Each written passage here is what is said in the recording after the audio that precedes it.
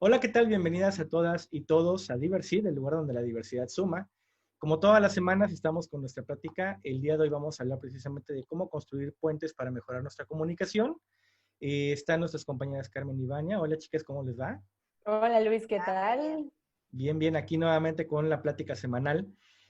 Como les comentaba, vamos a hablar de cómo construir esos puentes para mejorar nuestra comunicación, porque la mayoría de los problemas sociales se dan por esa falta de saber comunicarnos correctamente, ¿no? De cómo saber darnos a entender con las demás personas y ha provocado, es más, guerras, ¿no? Entre distintos países y distintas personas. ¿Quién quiere comenzar, chicas? Pues bien, hoy vamos a iniciar con nuestro segundo tema, que es construir puentes para una mejor comunicación.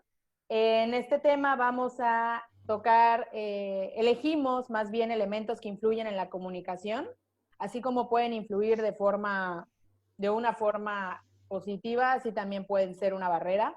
Estos puntos elegidos fueron la asertividad, el lenguaje no sexista, los discursos de odio, el adultismo en la comunicación.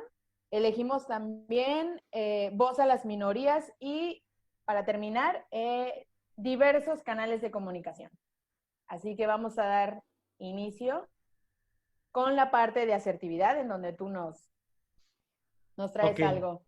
sí, de hecho, es algo muy corto porque la asertividad es un tema que da para mucho tiempo, pero voy a compartirles rápidamente mi pantalla. Miren, les voy a hablar rápidamente de estos 5 puntos. Son los 5 puntos más importantes para la asertividad, ¿no? La asertividad comienza en el momento en el que tú entiendes que al final del día eres un ser con derechos y con obligaciones dentro de una sociedad, ¿no? Ese es el primer punto del que parte cualquier asertividad para poder comunicarte. La asertividad implica que defiendas tus opiniones, o sea, que siendo honesto y respetuoso de los demás, defiendas lo que tú opinas. No quiere decir que porque esté mal lo que opinas, no lo vas a defender. Hay que defenderlo, ¿no? Y siempre siendo, obviamente, respetuosos y honestos con los demás. Por otro lado, no esperar que te lean la mente. Muchas veces, uno de los problemas, de hecho se da desde pequeños, es de que pensamos que los demás nos leen la mente y nos molestamos porque no hacen lo que esperamos que hagan, ¿no? Entonces, nadie es, ahora sí como dice el dicho, nadie es adivino. Tienes que aprender a comunicar lo que quieres, lo que deseas, lo que esperas, para que la gente pueda entenderlo, captarlo, entenderlo y a través de eso, pues, llevar una mejor comunicación, ¿no? Una mejor eh, interacción con esas personas. La otra parte es escuchar a los demás. Si no aprendemos a escuchar a los demás, lo único que vamos a provocar es que en la parte número uno, que es defender nuestras opiniones, creamos que nuestras opiniones son el todo y no hay derecho para los demás de decir u opinar algo contrario, ¿sí? Decían por ahí que podría no estar de acuerdo con tu opinión, pero daría la vida porque los dieras a conocer, ¿no? Eso quiere decir que a pesar de que no está de acuerdo con lo que yo opino, deberíamos de ser respetuosos y escuchar la opinión de los demás porque también vale. Esto se logra siempre con empatía, que es el número 4. La empatía implica entender qué está pasando con la otra persona, qué está viviendo la otra persona y tratar de ver todo el conflicto o todo lo que está pasando desde su punto de vista. Ocurre algo muy curioso actualmente con las nuevas generaciones. Dentro de los videojuegos, por ejemplo, se da mucho el caso de que se generan conflictos entre amigos porque le dices, oye, es que nos están, por un ejemplo, nos están disparando por la derecha. Sí, pero la derecha del compañero que está en otro lugar, en otra casa, viendo la pantalla desde otra perspectiva, no es la misma que la tuya, ¿no? El famoso, la otra derecha, ¿no? Entonces, tenemos que aprender desde ya que la empatía es súper necesaria para poder ser asertivos. Y el punto número 5 es hablar desde el yo, no desde la perspectiva de alguien más, sino desde lo que yo estoy viendo, lo que yo estoy viviendo, porque las realidades son completamente diferentes de una persona a otra, ¿sí? No podemos hacer acusaciones, sentirnos agredidos por alguien más, si no estamos hablando desde nosotros mismos. Siempre, cuando queremos comenzar una plática difícil, por ejemplo, lo que se recomienda es empezar a hablar desde lo que uno está haciendo mal y cómo propone resolver esa cuestión, ¿no? ¿Por qué? Porque en la medida en que seas propositivo, la otra persona va a entender que es una propuesta, que estás tratando de resolverlo y en la medida de que él entiende esa parte va a devolverte lo mismo, ¿no? Va a decir, ok, tienes razón, tú fallaste en eso, entonces yo fallé en esto, esto y esto, ¿no? Esos son los 5 puntos de la asertividad. Es un tema muy amplio, pero yo creo que encontré una forma de explicarlo mucho más sencilla, esos 5 puntos. Hablamos de conocer la diferencia entre ser asertivo, no asertivo y ser agresivo, ¿no? Tenemos a un personaje que cuando es asertivo identifica sus derechos, defiende esos derechos, los derechos que tiene, pero respeta los derechos de los demás. Ahorita vamos a ver cuál es la situación a la que se presenta en cada uno de los puntos. Después no es asertivo, esta persona no respeta sus propios derechos, apoya en pensamientos irracionales que llevan a la baja autoestima y es pasivo todo el tiempo, la persona no asertiva. Y la persona agresiva defiende sus derechos pero sin respetar el de los demás. Trata de dominar siempre al otro y evita marcar vulnerabilidad. Un ejemplo muy sencillo puede ser cuando vamos, por ejemplo, a comprar tortillas o pan, aquí en México, tortillas. Damos 20 pesos y nos devuelven cambio como si nos hubiéramos dado 10 pesos, ¿no? Bueno, que con 10 pesos ahorita no compramos un kilo, pero nos dan cambio como si hubiéramos dado 10 pesos, ¿no? ¿Qué es lo que hace esta persona? Le comenta, oye, me has devuelto de menos, te dio un billete de 20 pesos y me has devuelto como si fuera de 10, no te preocupes, entendemos que todos nos podemos equivocar. Terminó el conflicto, fuiste asertivo, le dice entender cuál fue su error y resolvemos el problema. La persona no asertiva le dice, perdona, me parece que has dado vuelto de menos, aunque no estoy seguro si te dio un billete de 10 o de 20. En ese momento no es asertivo porque él sabe que sí dio el billete de 20, pero se convierte en una persona pasiva y espera que la otra persona capte lo que está pensando, ¿no? Y lo que está pensando en realidad es, oye, te di un billete de 20, devuélveme completo. Y abres un abanico de posibilidades en la cual la persona te diga, ah, sí, me diste de 20, disculpa, o no, me diste de 10 y ya se quedó tu lana, ¿no? Entonces, esto empieza a no ser asertivo. Y la persona agresiva es aquella que cuando le devuelves mal, te grita, ¿no? Oye, te has equivocado, me falta cambio, ¿no? ¿Quién te has creído? Eres un ladrón. Y comienza una discusión. El punto número 2 es eliminar los obstáculos cognitivos que impiden el comportamiento asertivo. Es decir, evitar lo que decíamos de los puntos anteriores, evitar el creer que la persona entiende lo que estoy pensando, evitar el no decir las cosas como las creo y evitar no defender lo que yo creo o pienso, ¿no? Y adquirir esas actividades, esas habilidades conductuales, ¿sale? Como tercer punto, es muy necesario entender que si alguien arroja una piedra, no quiere decir que te lo está arrojando a ti. Es muy distinto agarrar y yo lanzo una piedra, ¿sale? Yo lanzo una piedra y alguien por allá se levanta, la agarra y se pega con la misma piedra. Es completamente distinto. El famoso, si te queda el saco, póntelo, ¿no? Eso tenemos que evitarlo y la mejor manera de evitarlo es aprendiendo a ser asertivos. No sé si tengan algún comentario con respecto a esto. ¿Nada? No, bueno, quizá nada más la parte de también la asertividad en cuanto a emociones, ¿no? O sea, es en cuanto a lo que creemos y pensamos, pero también en cuanto a lo que sentimos. Y a veces es un poco complicado, ¿no? El hecho de entender que todas las emociones son válidas, simplemente la forma de comunicarlas o expresarlas es la que puede o no resultar válida o correcta, digamos, ¿no? Por ejemplo, si estoy enojada, no puedo llegar a arrojar cosas. Una forma asertiva, ¿no? Sería expresarlo, estoy enojada, necesito un tiempo. Entonces, nada más como también poder llevar esta asertividad que nos acabas de decir a la parte de emociones, porque creo que es algo muy enriquecedor y bueno, eso. Sí, al final del día la asertividad es eso, es el poder expresar lo que estamos sintiendo, lo que estamos viviendo, sin afectar a los demás, entendiendo que yo tengo derecho a estar enojado, tengo derecho a sentirme frustrado, tengo derecho a sentirme triste, a sentirme feliz, siempre y cuando no dañe los derechos de los demás, ¿no? Entonces, esa es básicamente la asertividad.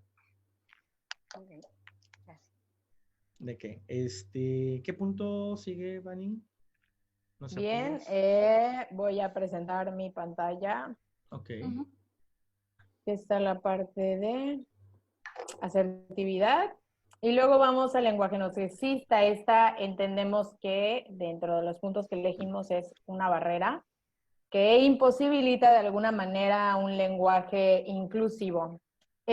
Para comentar en este apartado de forma rápida y concreta, ¿qué es lo que trae una expresión de lenguaje sexista? Bien, dentro de las expresiones de lenguaje de este tipo, vamos a encontrar generalmente subordinación y una invisibilización. Un ejemplo súper concreto. Cuando tú vas a una fiesta y te entregan una invitación, generalmente trae el apellido del señor, por ejemplo, el señor González y familia. Y entonces la esposa o la pareja de ese momento, de alguna manera, queda invisibilizada. Este podría ser un ejemplo de subordinación. Posterior podemos encontrar invisibilización también. Digo, esto podemos encontrarlo en varias partes. En donde también no se nombra, ¿no? De alguna manera, quiénes son específicamente. Por ejemplo, si hablamos de, no sé, doctores en general, no nombramos que también dentro de ese departamento también había doctoras, ¿no? Digo, entrando más, ¿no? En esto podemos verlo como muy regado en todo, ¿no? Desde anuncios, formas de redactar en un periódico y muchas más. ¿Cómo podemos de alguna manera practicar un lenguaje no sexista y que sea incluyente? Bueno, primero tenemos que revisar a qué personas estamos invisibilizando, ¿no? Recordar que de alguna manera vivimos en una sociedad que es plural, diversa, que cada persona debe verse reflejada en el lenguaje. Digo, el español es una lengua rica, tiene muchos recursos. No es que el español como tal sea la lengua sexista, sino la forma de emplearla la vuelve de esa manera. Y de alguna forma recalcar que lo que no se nombra, como siempre decimos, no existe. Así que es necesario para un camino hacia un lenguaje inclusivo que las personas puedan verse reflejadas en lo que está diciendo. ¿Alguien quiere comentar algo sobre esto? Sí, igual me parece como importante mencionar que todo esto del lenguaje no sexista viene justamente con la perspectiva de género y dejar claro que esto es una perspectiva que se ha desarrollado dentro de la cultura de los derechos humanos. Es decir, hay tratados específicos firmados desde hace muchísimo tiempo por muchos países bueno, a través de la ONU, ¿no? En los cuales se integran y se llama como ratificar, ¿no? Entonces participan en este tipo de convenios que es para promover los derechos humanos y erradicar la violencia contra específicamente en este caso la mujer, la violencia de género, que es la más invisibilizada y afectada históricamente por, bueno, el lenguaje y muchas otras violencias. Entonces, pues dejar claro, ¿no? O sea, ¿de dónde surge esta idea del lenguaje no sexista? No es que de repente a alguien se le ocurrió y listo, ¿no? Tiene toda una historia, tiene un marco teórico completo y en realidad es para, con miras a eso, avanzar en una sociedad que promueva y respete los derechos humanos de todas las personas involucradas en la sociedad. Entonces, solo sería como eso. Bueno, y el siguiente punto, que también cumple como una barrera, son los discursos de odio. Sí. Bueno, aquí antes quería como comenzar con esta idea que se tiene, muchas veces se justifica, ¿no? Y es como, solamente es mi opinión y está la libertad de expresión, ¿no? Que es como una línea muy delgada que de repente podría o no confundir. Entonces, dejar claro que sí, ¿no? Ante todo es una de las libertades máximas, yo pienso la libertad de expresión. Cada persona tiene derecho a pensar y a expresar ese pensamiento. Sin embargo, entra en categoría de discurso de odio cuando son, hay como especificaciones, de hecho es penado por algunos países, cuando se hace en espacios públicos y cuando son discursos que incitan al odio, a la intolerancia, a la violencia hacia otros, por lo regular es hacia poblaciones específicas, ¿no? Entonces, como comprender, sí, puedo pensar lo que yo desee, soy perfectamente libre de eso y de comunicarlo, pero no de mover o tratar de mover con mi discurso y con mi pensamiento, ¿no? Como a más gente, sobre todo en miras de violentar a otro grupo. Y bueno, otra característica de los discursos de odio es que suelen basarse siempre en prejuicios, ¿no? Que es decir, es un prejuzgar, ¿no? Hacia grupos específicos, entonces como yo considero que son lo que yo considero de ellos sin siquiera haber tenido un acercamiento, ¿no? En estereotipos que nos hablan como de, por ejemplo, el estereotipo de cómo debería de ser una mujer en México, ¿no? Una mujer debería de ser, y menciona ciertas características. Entonces, cuando de repente hay una mujer que no se apega a ese estereotipo, entonces comienzan los discursos de odio. En difamaciones, en supuestos, o sea, sus bases no son en realidad sólidas. Y bueno, dejar siempre claro que en realidad todos los discursos de odio son discriminación y la discriminación está penada desde las constituciones y bueno, es como una violación muy fuerte a los derechos humanos. Entonces dejar claro eso. Existe la libertad de expresión, todas y todos la tenemos, simplemente no dejar de ver o tratar de pasar de lado y encuadrar en mi libertad de expresión este discurso de odio que fomenta violencia hacia otras personas. Y bueno, no sé si alguno quisiera agregar algo. Bueno, y la siguiente es adultismo en la comunicación. Ok. Bueno, aquí es primero dejar claro, hay dos términos que parecieran similares y de hecho como que embonan, pero son diferentes, ¿no? El primero es el adultocentrismo, que nos habla de una desigualdad social y habla de jerarquías de poder diferente entre las personas adultas y las niñas, los niños y los adolescentes, ¿no? Es como una visión del adulto como modelo de persona. Y esto tiene una historia, ¿no? Un poco como comprender esto, de dónde viene.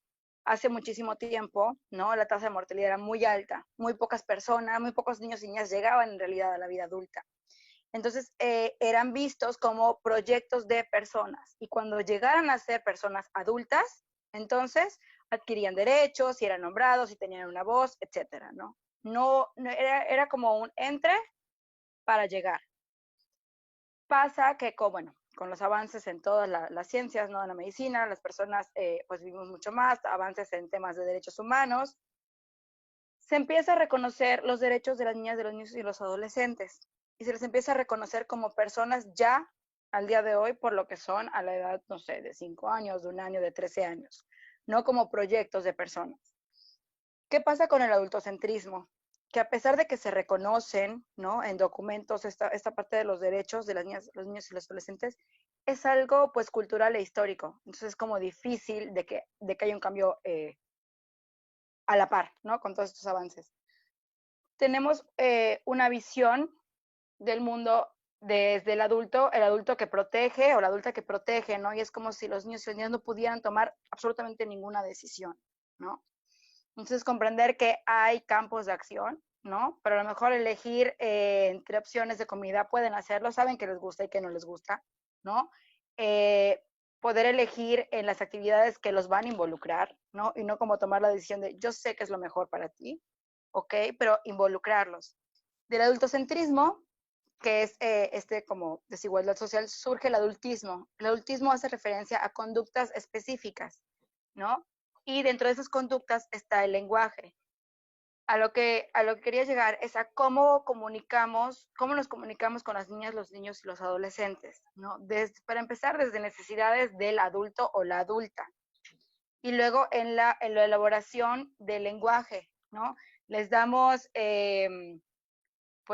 instrucciones o nos comunicamos con ellas y con ellos de una forma que no es a su nivel, ¿no? Y tenemos que comprender que no estamos hablando con personas adultas, que tienen características diferentes.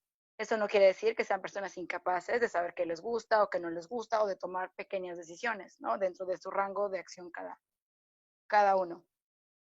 Entonces, bueno, eso pasa porque con este querer proteger y verlos como personas incapaces en realidad estamos violentando sus derechos humanos como niñas, niños y adolescentes, ¿no? Entonces, pues eso, comprender que para comunicarnos debemos de tener o adoptar un nivel de acuerdo a la persona que tenemos enfrente. Si esa persona es un niño o una niña, bueno, bajar más su nivel y poder comunicarme y validar lo que ella o él piensa. Ok, perfecto. Y recordar que también ellos pueden tomar decisiones, como bien lo dices, ¿no? Así es. Que luego les Exacto. decimos, no, no quiero ponerme este, no, no, no, te vas a poner este vestido o este pantalón porque yo lo decido, ¿no? O lo que hacemos, ¿no? De que no, no, no, la niña no puede usar pantalón, tiene que usar vestido. Empezamos a crear esa distorsión de lo que realmente ocurre. Así es. Perfecto. ¿Vania, algo más que agregar? ¿O ya nos pasamos al siguiente? No, perdón. Ya nos pasamos al siguiente porque sí seguimos en tiempo. Uh-huh. Digo, ya casi vamos por la recta final, es voz a las minorías. ¿A qué se refiere esto? Específicamente lo que decíamos, ¿no? Hace rato de que hay grupos de personas que conforman ciertas cosas que de alguna manera se salen de lo que es normado en la sociedad y ¿qué ocurre, no? A veces con las etnias, ¿no? Comentamos que a veces pensamos que es lo mejor para ellos o ellas, ¿no? O sea, nos ponemos en el lado de todo este rollo paternalista, maternalista, y no preguntamos, ¿no? ¿Qué es lo que en sí necesita el grupo si no queremos venir a imponer lo que creemos que el grupo necesita o como vemos desde nuestra perspectiva lo que podría ser mejor, ¿no? ¿Qué es importante destacar aquí? Es que solo tú conoces lo que le aqueja a tu esfera. ¿A qué me refiero con esto? Es solo yo, Vania, conozco quizá lo que le aqueja a las personas de mi edad, a las personas que son de alguna manera, entran dentro de lo que yo soy, ¿no? Solo yo conozco lo que le aqueja a mi barrio, a mi zona, específicamente.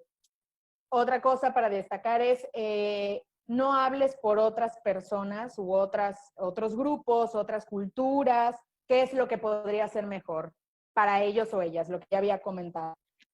Igual retomo, olvídate del paternalismo, maternalismo, de te voy a salvar y sé que es mejor, ¿no?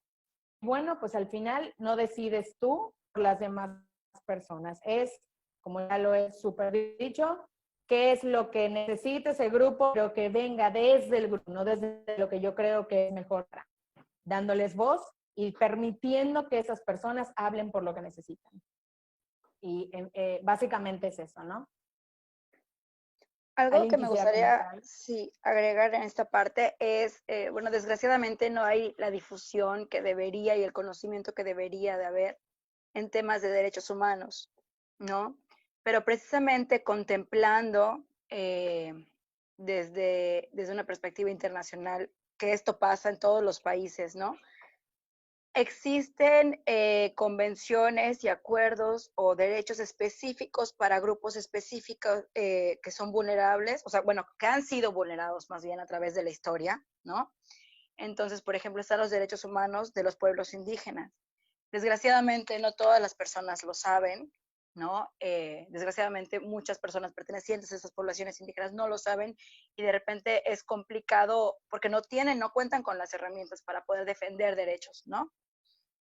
En cuanto a conocimiento, no es algo que esté difundido. Igual las personas con discapacidad.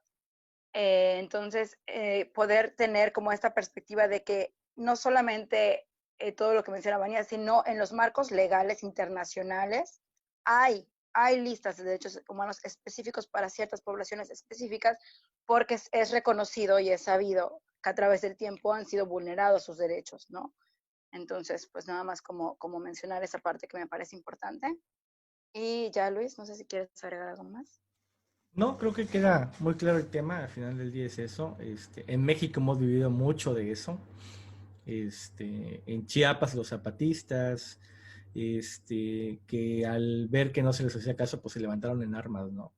Entonces, si queremos evitar ese tipo de conflictos, tenemos que aprender a escucharlos y entender que ellos son exactamente como nosotros, tienen derechos, tienen obligaciones y pues hay que escucharlos, ¿no? No pensar que ellos no tienen derecho a.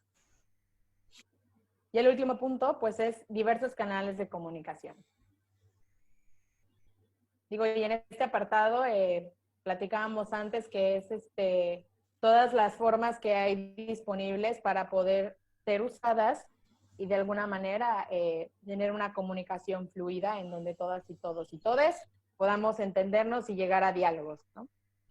Y dentro de estos canales de comunicación, tenemos que está el lenguaje de señas, el braille, está la forma escrita de comunicar, está la forma virtual o digital, también está de alguna manera pues todo lo que tiene que ver con el arte, la música.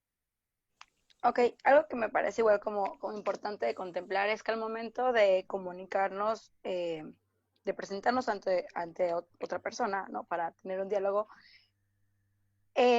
muchas veces caemos en la inocencia de decir, es que yo no dije, ¿no? O no fue eso. Entonces, comprender que en definitiva nuestro lenguaje verbal comunica y es sumamente importante y por eso hay temas como el del lenguaje no sexista, ¿no? Que es totalmente explícito y verbal o escrito. Sin embargo, mi existencia completa comunica, ¿no? Yo no puedo pararme, ¿no? Con una mala postura, con una mala cara, con una mala actitud y dar un mensaje, ¿no? De amor y respeto y decir, es que no sé qué les pasa, ¿por qué no lo entendieron? ¿No? Es comprender que cómo yo me presento ante las otras personas, eso influye. Entonces, no nada más es lo que digo, sino cómo lo digo, desde dónde lo digo, ¿no? Entonces, tener claro eso al momento de entablar y de buscar el diálogo, siempre tenemos que tener, pues, cuidado con todo lo que estamos representando en ese momento y cómo se lo comunicamos a la persona que tenemos. Y hasta aquí hemos llegado con los puntos de nuestro tema del día de hoy. Perfecto. Pues muchísimas gracias, chicas, por ese tiempo. Recuerden que la mejor forma de construir puentes es escuchando primero y después hablando.